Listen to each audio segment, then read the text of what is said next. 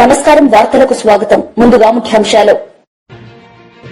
మాజీ మంత్రి Ambati Rambabu press meet, పలు అంశాలపై వివరణ.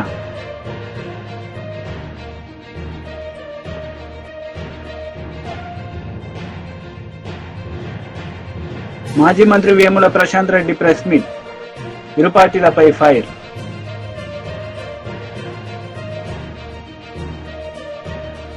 నేను 40 సంవత్సరాలు రాజకీయాల్లో ఉన్నారు. ఇలాంటి సంఘటనలు ఎన్నో చూశానని, అయితే ఇదే మొదటి సంఘటన, ఇదే చివరి సంఘటన అని అసెంబ్లీలో సీఎం చంద్రబాబు మాట్లాడారు. ఇలాంటి సంఘటన నేనెప్పుడు చూడలేదని ఆయన తెలిపారు. ఈ సందర్భంగా పలు అంశాలపై ఆయన మాట్లాడారు.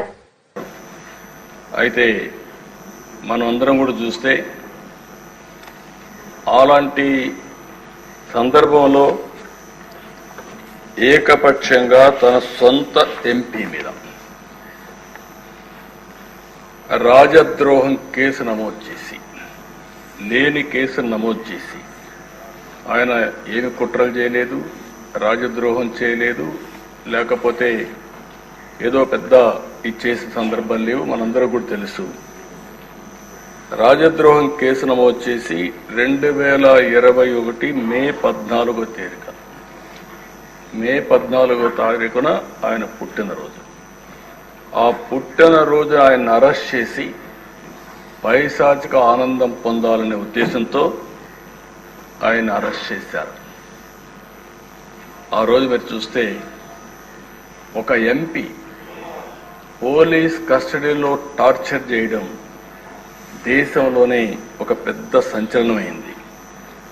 సిఐడి సీనియర్ అధికారులు, ఐపీఎస్ అధికారులు పోలీస్ కస్టడీలో ఒక ఎంపీని ఇలా హింసించిన సంఘటన భారతదేశ చరిత్రలో, నేను కూడా రాజకీయాల్లో 40 సంవత్సరాల నుంచి ఉన్నా, చాలా సంఘటనలు చూశాను. ఇదే మొదటి సంఘటన, ఇదే ఆఖరి సంఘటన నా అభిప్రాయం. నేను ఎప్పుడు చూడలేదు ఇలాంటి సంఘటన, ఎప్పుడు వినలేదు.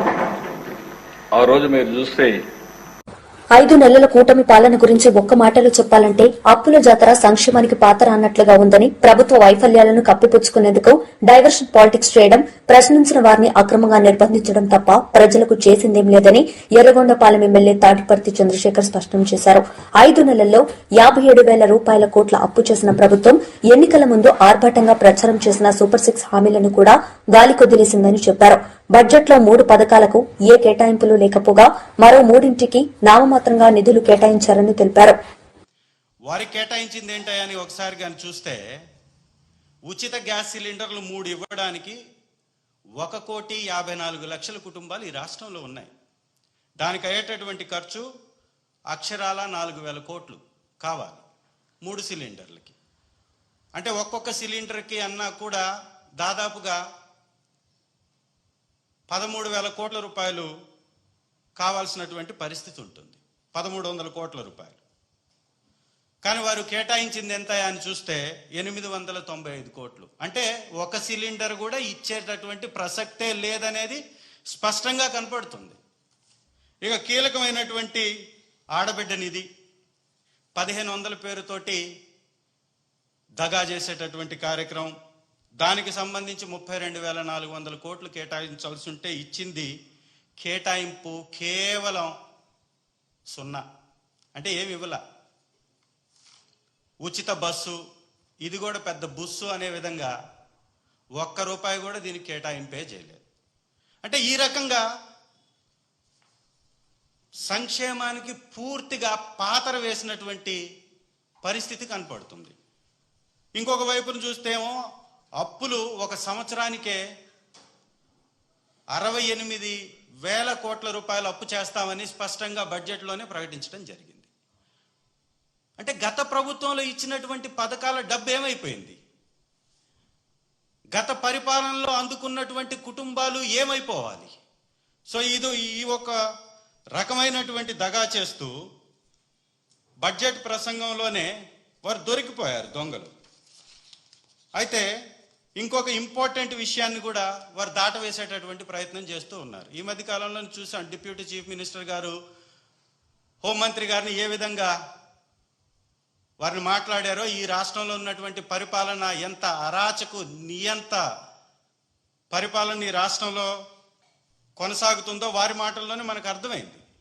ఈరోజు ఈ పథకాలన్నీ ఎగ్గొట్టేసి ప్రజల్లో వచ్చేటటువంటి వ్యతిరేకని ఎదుర్కోలేక ఈ పథకాల మీద మాట్లాడేటటువంటి ప్రతి ఒక్క గొంతుని నొక్కేయాలనేటటువంటి ఆలోచనతోటి ఒక నియంత పోకడ, ఒక నిర్బంధ ప్రభుత్వాన్ని కొనసాగిస్తూ యువకుల మీద విపరీతమైనటువంటి ధోరణిలో కేసులు పెడుతున్నారు.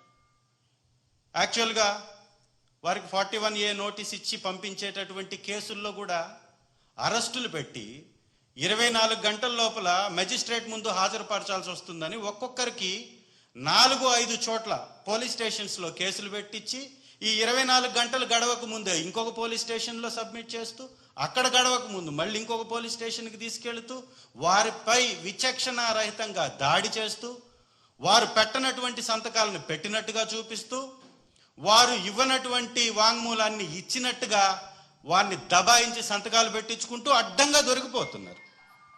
దొరికిపోతూ కూడా వారు మళ్ళీ కూడా దబాయించేటటువంటి ప్రయత్నం చేస్తూ ఉన్నారు. నిజంగా ఏంటయ్యా ఈ దబాయించే ప్రయత్నం అనేది ఒక్కసారి కానీ మనం చూస్తే, శాసనసభ సాక్షిగా నేను అడిగినటువంటి ఒక ప్రశ్నకి, శాసనసభలో నేను అడిగినటువంటి ఒక ప్రశ్నకి శాసనసభ సాక్షిగా కూటమి ప్రభుత్వం ఇచ్చినటువంటి సమాధానంలోనే వీరు ఎంత దుర్మార్గపు పరిపాలన కొనసాగిస్తున్నారో, కూటమి ఏ విధంగా ఫెయిల్యూర్ అయిందో ఈ యొక్క వికారాబాద్ జిల్లా లగచర్లలో అధికారులపై దాడి కేసులో బీఆర్ఎస్ కార్యనిర్వాహక అధ్యక్షుడు కేటీఆర్ పై చర్యలు తప్పవని పీసీసీ అధ్యక్షుడు మహేష్ గౌడ్ స్పష్టం చేశారు.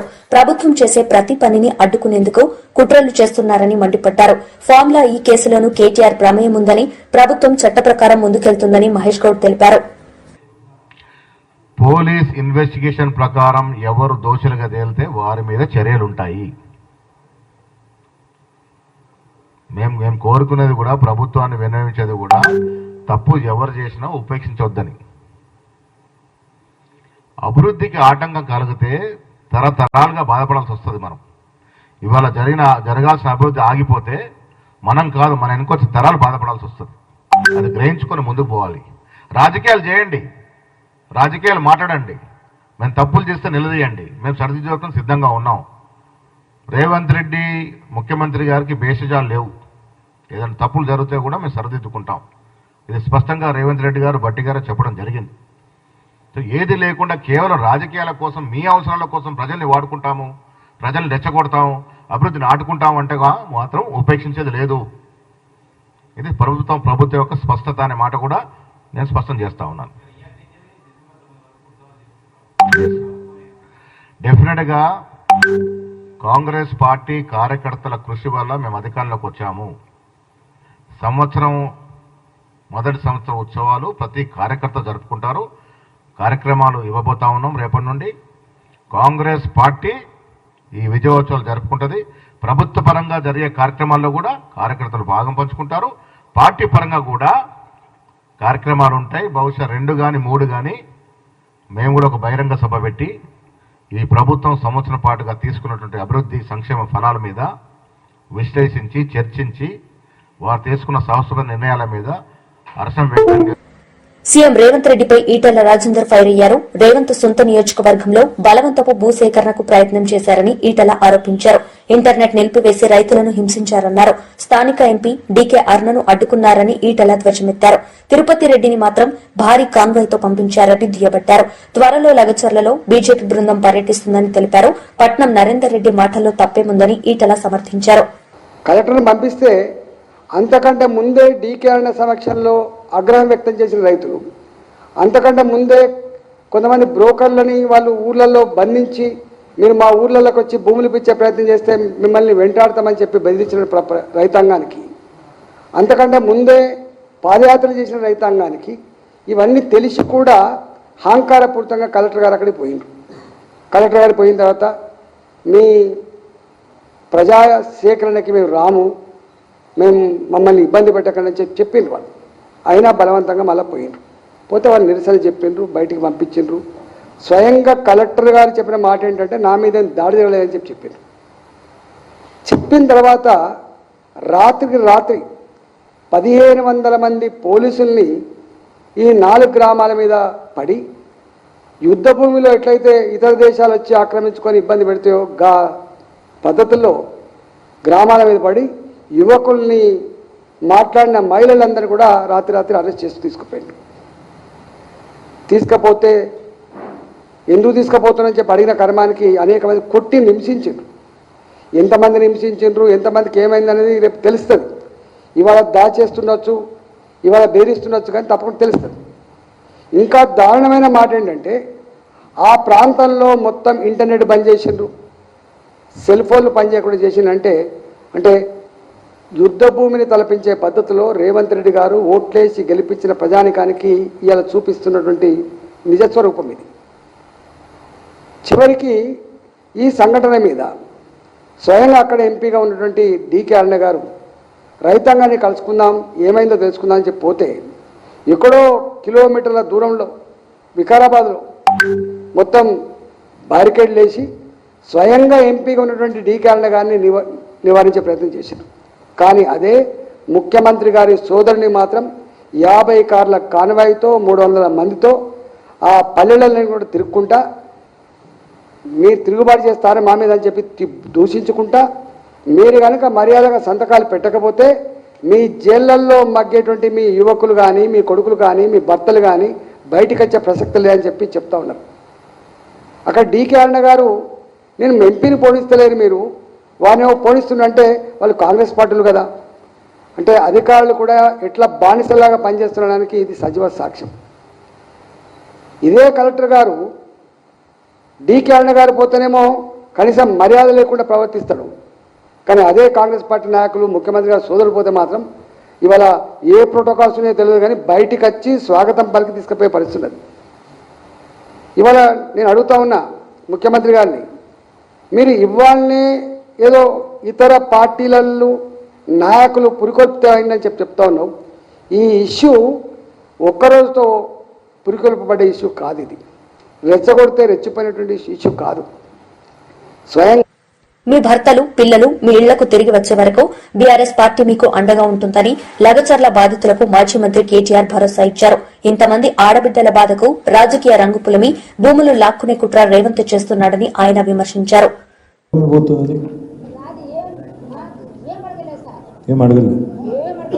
ఎవరిని వేసుకపోయిన ఇప్పుడు 3 ఎకరాలు పోతుందా? మరి మీ భర్తను తీసుకుపోయినా కొడుకునా మన్మని తీసుకుపోయినా? అయ్యో, కొడుకు బతకడానికి పోయింది, ఇప్పుడు నీ మన్మని తీసుకుపోయినారా? ఎక్కడున్నాడు ఇప్పుడు? ఆయన పరిగి జైల్లో ఉన్నాడా? తెలియదు.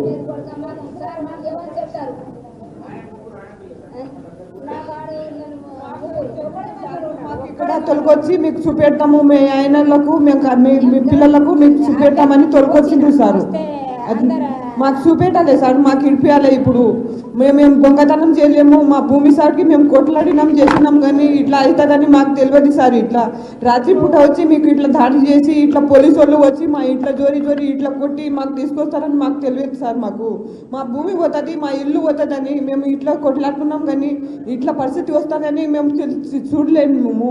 మేము రాత్రికి దండలో కూడా పండుకుంటాను వెళ్ళినాం అని ఇట్లా అడవి పొట్టిగా తిరుగుతున్నాము, అడవిలో పండుకుంటున్నాం. ఇప్పుడు ఈ చలికాలంలో మేము ఇంత పువ్వులు పడుతున్నాం మేము.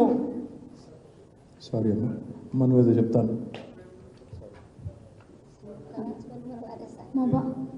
అనంతమ్మ ఆకింపేట బాలకృష్ణ అయ్యా ధర్నా ఉంది అని చూసిరానికి పోతే అరెస్ట్ చేసుకొని పోయిండ్రు.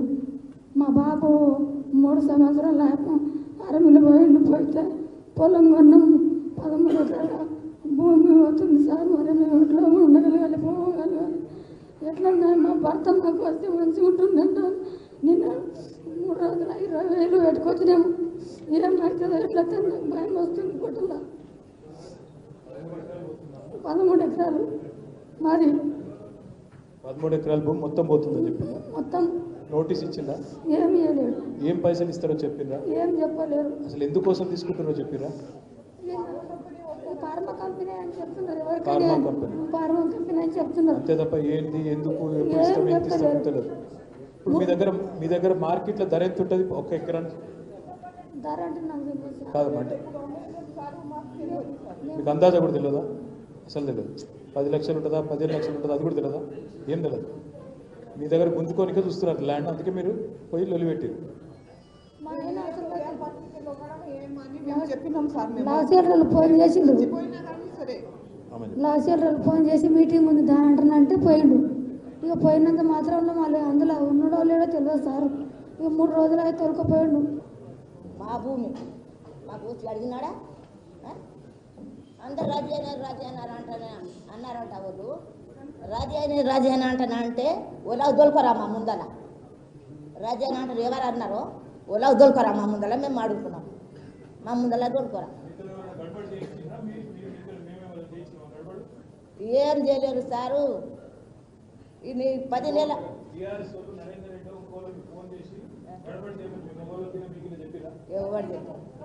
మీకు ఎవరైనా గడబడి చేయమని చెప్పిరా? మీ వెనకాల ఎవరైనా ఉండి పైసలు ఇచ్చి చెప్పించిరా? మాకెవరు చెప్పలేరు. మాకు భూమి పోతున్నదని, మా పొట్ట కలుస్తున్నదని మేమేం పోట్లాడుతున్నాం సార్. ఎవరు చెప్పి నీకు ఎవరు రాలేరు, మాకు ఎవరు చేయలేరు. మేము పని పోయినాక మేము పని పోయి చేసి వచ్చి తిని పడుకున్న తర్వాత మా ఆయన కూడా పోలేరు సార్. ఆ గొడవకు లేదు ఏం లేదు. ఇట్లా పట్టుకొచ్చి ఇట్లా కొట్టుతే ఎట్లా పరిస్థితి? మాకు మా భూమి పోతుంది, ఇంకా మేము దెబ్బెళ్తున్నాం కదా సార్. ఇట్లా అమ్మా 1 గంట రాత్రి వచ్చిండ్రు సార్. 1 గంట రాత్రి అది కరెంట్ కూడా ఆఫ్ చేసిండ్రు. మబ్బులా కనిపిస్తుందా మాకు? 1 గంట రాత్రికి వచ్చిరా? ఎవరు? పోలీసు వాళ్ళు వచ్చి ఏం చేశారు? దొప్పుడే దర్వాజా కొడుతున్నారు. 5 మాటలు కొట్టినా దర్వాజా. కవర్లో పెట్టిన పోస్టులు నీ ప్రోద్బలంతోనే అని చెప్పు జగన్ అంటూ నిన్ను 24 గంటల్లో అరెస్టు చేస్తామని హెచ్చరించారు టీడీపీ పోలిట్ బ్యూరో సభ్యులు వర్ల రామయ్య. ఈ సందర్భంగా మీడియా సమావేశంలో మాట్లాడారు. విజయమ్మ గారి మీద పెట్టగలడా? నేను జగన్మోహన్ రెడ్డి మిమ్మల్ని అడుగుతున్నా, చెప్పండి. ఏమో నాకు తెలియదన్నా మీరు అంటారు, అన్నా అంటారు, తెలియదన్నా అది పెట్టుంటాడన్నా అంటారా? డొక్క జించరు మీరు వాడిది. డొక్క జించి డోలు కడతారు వర్రా రవీందర్ రెడ్డికి మీకు తెలియకుండా ఇటువంటి పోస్టింగ్ పెడితే కాదా? మీరు ఒప్పుకోండి, నేనే పెట్టానని 24 గంటల్లో మీరు ఎబెటర్గా వస్తారు, కాన్స్పిరసీలో వస్తారు, పోలీసులు తీసుకెళ్లిపోతారు. ఇది తెలియకుండా ఛాలెంజ్ చేస్తారా? నేను ప్రభుత్వాన్ని ప్రశ్నిస్తే అరెస్టు చేయరు జగన్ గారు.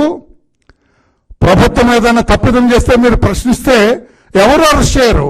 Nothing wrong. ప్రభుత్వం తప్పు చేసింది, మీరు ప్రశ్నిస్తారు, అది మీకు రాజ్యాంగపరంగా స్వేచ్ఛ ఉన్నది, రైట్ ఉన్నది. కానీ అవతల వాళ్ళని, మహిళల్ని ఈ రకంగా కించపరచడం, అవతల వాళ్ళ క్యారెక్టర్ని అసాసినేట్ చేసే మాటలు మాట్లాడితే ఊరుకోదు చట్టం, తన పని తెలుసు. మరి రెడీగా ఉంటారా? అరెస్టుకు రెడీ? మీరు అరెస్ట్ అవటానికి సిద్ధంగా ఉన్నారా? మీరు ఈ పోస్టింగ్ పెట్టింది నేను చెబితేనే పెట్టారు అనండి. 24 hours పోలీసులు వస్తారు, మిమ్మల్ని పికప్ చేసుకుంటారు, జైలుకి పంపిస్తారు. కోర్టులో మీరు మీ వాడితో వేయించారు కదా, విజయబాబు నాయకుతో పిల్లి వేయించారు కదా. విజయబాబు జర్నలిస్టా మీవాడా? అది నేను దాని జోలికి వెళ్ళను. విజయబాబు జర్నలిస్టా లేకుంటే మీవాడా అందులో వెళ్ళను. విజయబాబు గురించి నాకు తెలుసుకుని అందులోకి వెళ్ళను నేను. అతనితో వేయించారు. వేయిస్తే కోర్టు ఏమైనా చీకొట్టింది? కోర్టు ఏమన్నది? అసభ్యకర పోస్టులు పెట్టిన వారిపై పోలీసులు కేసులు పెడితే తప్పేముంది? అంత కోర్టు చెంపదెబ్బ కొట్టినట్టు కాదు, చెంపదెబ్బ కొట్టినట్టు కాదన్న కోర్టు అడిగింది. ఒక దశలో న్యాయమూర్తులను కూడా అవమానపరిచేలా పోస్టులు పెట్టారని ధర్మాసనం వ్యాఖ్యానించింది. తెలుసు కదా, మీరే కదా దాన్ని అనుకున్నది కూడా మీరే కదా. మీరు చెప్పకుండా, మీరు ఎస్ అనకుండా, మీ సజ్జల రామకృష్ణారెడ్డి ఓకే అనకుండా హైకోర్టు మీద న్యాయమూర్తుల మీద పోస్టింగ్లు పెడతారండి? అంత ధైర్యం ఉందా వర్రా అండ్ టీంకి?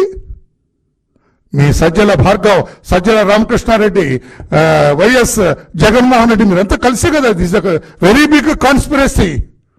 నేను ఇప్పుడు ఒక పోలీస్ ఆఫీసర్తో మాట్లాడా, సార్ పెద్ద కాన్స్పిరసీ ఉంది కనుక మొత్తం బయటకు తీస్తున్నా ఉన్నారు. మొత్తం బయటకు వస్తుంది, దీని వెనక పెద్ద కుట్ర.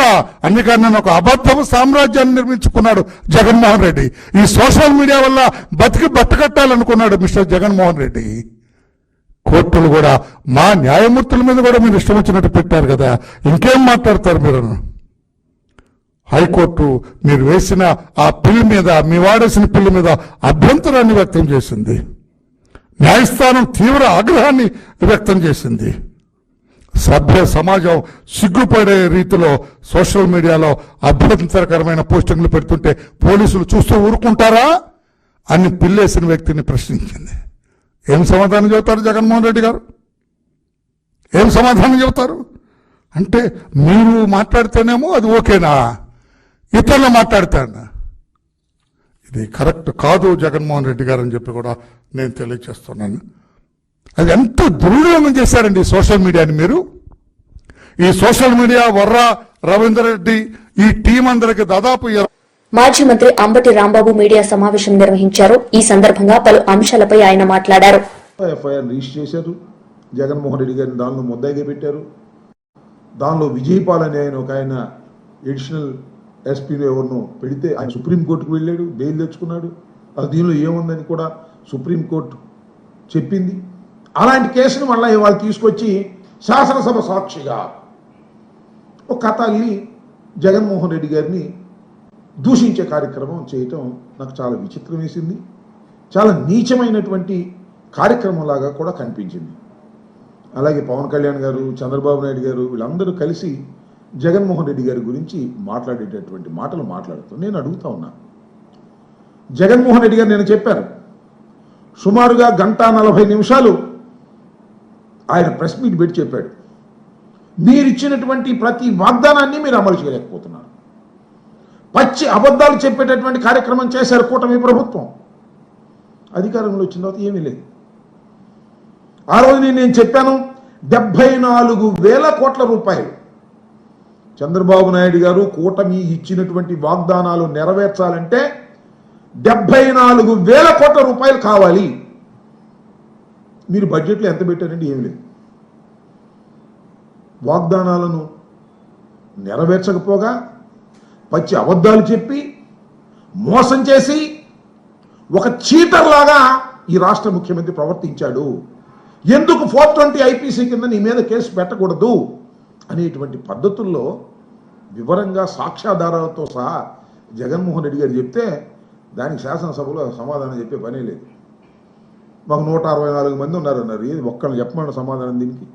చంద్రబాబు నాయుడు గారిని చెప్పమనండి, పవన్ కళ్యాణ్ గారిని చెప్పమనండి, లేదా ఆ లోకేష్ బాబుని చెప్పమనండి, లేక ఆ ఫైనాన్స్ మంత్రిని చెప్పమనండి. దానికి సమాధానం మాత్రం చెప్పలేరు. దానికి సమాధానం చెప్పలేరు. కానీ దాన్ని డైవర్ట్ చేసేసి RRR గారి మీద హింస జరిగింది అని ఒక కథ అల్లేటటువంటి ప్రయత్నం చేశారు, విచ్ ఈజ్ ఫాల్స్. నేను మనవి చేస్తున్నా, ఎస్ RRR గారు ఎవరు? రాజశేఖర రెడ్డి గారికి బాగా తెలుసు, మాకు బాగా తెలుసు. వైఎస్ఆర్ కాంగ్రెస్ పార్టీ తరపున 2014లో పోటీ చేయడానికి ముందుకొచ్చారు, 2019లో పోటీ చేశారు, గెలుపొందారు. మా పార్టీకి ఎంపీగా ఉన్నారు. మా పార్టీగా ఎంపీగా గెలిచిన తరువాత ఏం చేశాడు ఆయన? చంద్రబాబు నాయుడు గారి హ్యాండ్లు పపెట్ లాగా ప్రవర్తన చేశాడు. చంద్రబాబు నాయుడు గారి డైరెక్షను, చంద్రబాబు నాయుడు గారి డైలాగులు, రచ్చబండి అనేటువంటి ఒక కార్యక్రమాన్ని పెట్టి ఇష్టం వచ్చినట్టుగా జగన్మోహన్ రెడ్డి గారిని, ఈ ప్రభుత్వాన్ని ఇష్టం వచ్చినట్టుగా మాట్లాడారు. ఒకసారి కాదు, 2 సార్లు కాదు, 3 సార్లు కాదు. ఒక ఛానల్ తీసేసుకున్నట్టుగా రచ్చబండ పెట్టి రోజు ఎల్లో మీడియాలో 1 గంట సేపు జగన్మోహన్ రెడ్డి గారిని దూషించడమే పనిగా పెట్టుకున్నారు. మోస్ట్ అన్పార్లమెంటరీ లాంగ్వేజ్ అంతా ఉపయోగించారు, రెచ్చగొట్టారు. మాజీ ఎమ్మెల్యే జగ్గారెడ్డి మీడియా సమావేశం నిర్వహించారు. ఈ సందర్భంగా పలు అంశాలపై ఆయన మాట్లాడారు. Industrial minister, IT minister Sitaram Babu garu, Uttam Kumar Reddy గారు, రెవెన్యూ మినిస్టర్, వీళ్ళంతా తలకాయ వలగొట్టుకొని ఆ డబ్బులు జమ చేసుకొని ఈ కొత్త సంసారం అయిపోయింది. మళ్ళీ తెలంగాణ రాష్ట్రంలో కొత్త సంసారం అయిపోయింది. కాబట్టి ఇది ప్రజలకు కూడా తెలియాలి కాబట్టి చెప్తున్నాం.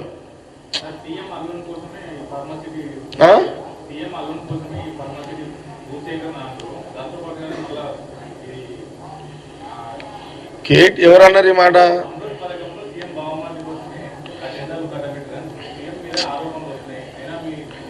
ఇప్పుడు ముఖ్యమంత్రి బంధువుల మీద అభియోగాలు వాళ్ళు వేస్తున్నారు. వాళ్ళు ఇప్పుడు ఏదో ఒకటి అనాలి కదా. అపోజిషన్ పార్టీ కేటీఆర్, హరీష్ రావు ఏదో ఒకటి అనాలి. ముఖ్యమంత్రి రేవంత్ రెడ్డి మీద ఎట్లా బురద చల్లాలనే కార్యక్రమం వాళ్ళు పెట్టుకున్నారు. ఈ బామర్దుల కోసం అల్లుల కోసం చేస్తారు, ఒక ఫ్యాక్టరీ కోసం ఇల్లు చేస్తారు ముఖ్యమంత్రి. ఇది కూడా నాకు అర్థం కాదు. ముఖ్యమంత్రి ఆయన రేవంత్ రెడ్డి, బామర్దికి ఎంత కావాలి జాగా అల్లుని కావాలంటే, ముఖ్యమంత్రి ఒక 10 ఎకరాలు దొరికాయా? ముఖ్యమంత్రి అల్లుని కోసం ఇంత పెద్ద బామర్ది కోసమో అల్లుని కోసం ఇవన్నీ చేస్తాడు. అది చెప్పేటోనికైనా జ్ఞానం ఉండాలి. ఎంత ముఖ్యమంత్రి ఉన్నానికి పెద్ద ప్రాబ్లం ఏంటో చెప్పు, ల్యాండ్ ఇవ్వడానికి. ఓ 50 ఎకరాలు చెప్తే ఎవరైనా ఇయ్యరా? ఎందుకు ఇదంతా? కాబట్టి ఏదో అనాలి అంతే, వాళ్ళకేం తోస్తలేదు. ఇప్పుడు 9.5 ఏళ్ళు ఆ ప్రగతి భవన్లో ఆ ఎంజాయ్మెంట్ చూసిరు వాళ్ళు. ఇప్పుడు మాకెక్కడ ఎంజాయ్? మాకు రోజు ఆ రాత్రి కూడా నిద్రలు పడతలేవు మాకు. వీళ్ళు చేసిన కథలకు, కేసీఆర్ ఫ్యామిలీ చేసిన కథలకు పైసలు లేకాడా మరి.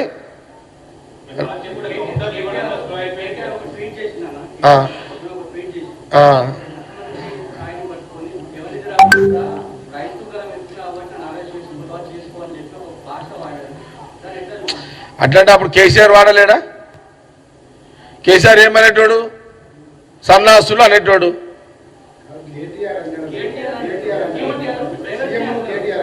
సీఎం నాకు మళ్ళా చెప్పు తెలుపు ఏమని.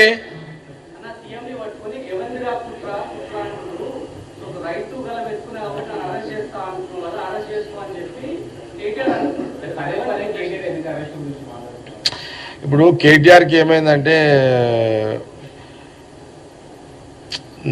నాజుక్ లీడర్ అన్న కేటీఆర్, బిల్కుల్ కేటీఆర్ నాజుక్ లీడర్. కేంద్ర మంత్రి కిషన్ రెడ్డి మీడియా సమావేశం నిర్వహించారు. ఈ సందర్భంగా ఇరు పార్టీలపై ఆయన మండిపడ్డారు. టీఆర్ఎస్ పార్టీ వ్యవహారం నడుస్తున్నది. ఈ 2 పార్టీల వ్యవహారం చూస్తే తెలంగాణకు నష్టం జరుగుతున్నది తప్ప లాభం జరగదు. వీళ్ళ విషయాలను కూడా అభివృద్ధిని పక్కన పెట్టి ఈ రకమైనటువంటి మరి ప్రజలను ప్రేరేపితం చేసేటువంటి తమ అసమర్థత నుంచి తప్పించుకునేటువంటి విధంగా ఇటు టీఆర్ఎస్ పార్టీ కానీ ఇటు కాంగ్రెస్ పార్టీ కానీ టీఆర్ఎస్ యొక్క వైఫల్యాలు, టీఆర్ఎస్ యొక్క అవినీతి కుంభకోణాలను దర్యాప్తు జరగదు. కాంగ్రెస్ పార్టీ ఇచ్చినటువంటి హామీల మీద చర్యలు ఉండవు. కాబట్టి 2 పార్టీలు కూడా మరి 3వ అంశాన్ని ఎత్తుకొని ప్రజలను దాని మీద దృష్టిని కేంద్రీకరించి తమ అవినీతి నుంచి, టీఆర్ఎస్ తమ యొక్క అసమర్థత నుంచి, తమ యొక్క ఇచ్చినటువంటి హామీలు అమలు చేయకుండా తప్పించుకునేటువంటి చర్యల నుంచి కాంగ్రెస్ పార్టీ ప్రభుత్వము ప్రజల దృష్టి మళ్లించేటువంటి ప్రయత్నం చేస్తున్నారు. వాళ్ళు మాట్లాడుతున్నటువంటి విధానం కానీ, వాళ్ళు వ్యవహరిస్తున్నటువంటి విధానం కానీ, వాళ్ళు తీసుకుంటున్నటువంటి చర్యలు కానీ తెలంగాణకు నష్టం కలిగిస్తాయి. ఈరోజు తెలంగాణ సమాజం అర్థం చేసుకోవాలి. టీఆర్ఎస్ పార్టీ అవలంబిస్తున్నటువంటి విధానం కానీ, కాంగ్రెస్ పార్టీ తీసుకుంటున్న నిర్ణయాలు కానీ తెలంగాణకు ఏమాత్రం లాభం జరగదు తప్ప నష్టం కలిగించే విధంగా 2 పార్టీలు వ్యవహరిస్తా ఉన్నాయి.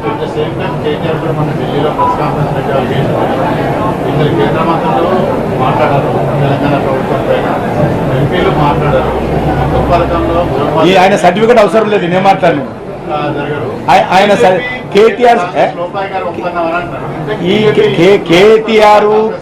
కేటీఆర్ కేసీఆర్ యొక్క సర్టిఫికెట్ మాకు అవసరం లేదు.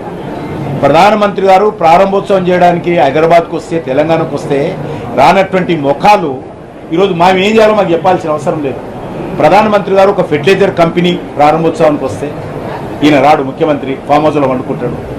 ప్రధానమంత్రి గారు ఒక రైల్వే మ్యానుఫ్యాక్చరింగ్ యూనిట్కు ఇనాగ్రేషన్కి వస్తే రాడు. ప్రధానమంత్రి గారు ఒక విద్యుత్ కంపెనీలకు సంబంధించినటువంటి మరి ఎన్టీపీసీ ప్రాజెక్టులను తెలంగాణ ప్రజలకు డెడికేట్ చేయడానికి వస్తే ఆయన రాడు. ఈరోజు వందే భారత్ ట్రైన్లు కావచ్చు, ఎంఎంటీఎస్ కావచ్చు, లేకపోతే అనేక రకాల ప్రాజెక్టులు ఈరోజు ప్రారంభించడానికి వస్తే ఆయన రాడు. వీళ్ళు ఈరోజు మాట్లాడతారా? వీళ్ళు మాట్లాడే నైతిక హక్కు, ధర్మం, ఈరోజు అధికారం ఈరోజు టీఆర్ఎస్ పార్టీకి ఉందా? కేంద్రం ఏం చేయాలనేది మమ్మల్ని గురించి మాట్లాడే అదుందా? వీళ్ళ ముఖాలు ఎప్పుడైనా 5 సంవత్సరాలు. వార్తలు ముగించే ముందు ముఖ్యాంశాలు మరోసారి. మాజీ మంత్రి అంబటి రాంబాబు ప్రెస్ మీట్, పలు అంశాలపై వివరణ.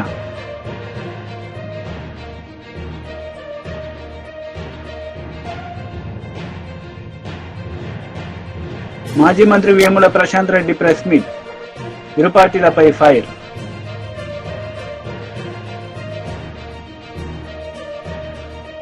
ఈ వార్తలు ఇంతటితో సమాప్తం. తిరిగి ప్రసారమయ్యే వార్తల్లో మళ్లీ కలుద్దాం. అంతవరకు సెలవు. నమస్తే.